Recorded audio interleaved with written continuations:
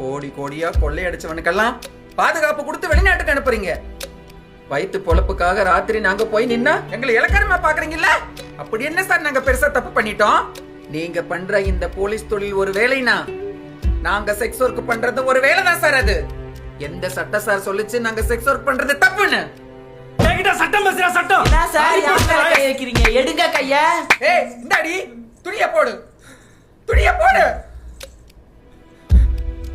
உன்ன மாதிரி வயசுல இதே மாதிரி போலீஸ் ஸ்டேஷன்ல இதே மாதிரி ஒரு ஆள் என்ன அம்மனமா நிக்க வச்சான். இது இவங்களுக்கு வாடிக்க.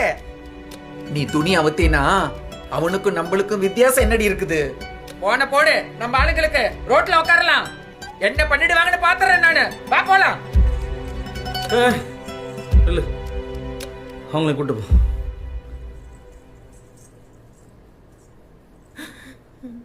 அழுவாதடி.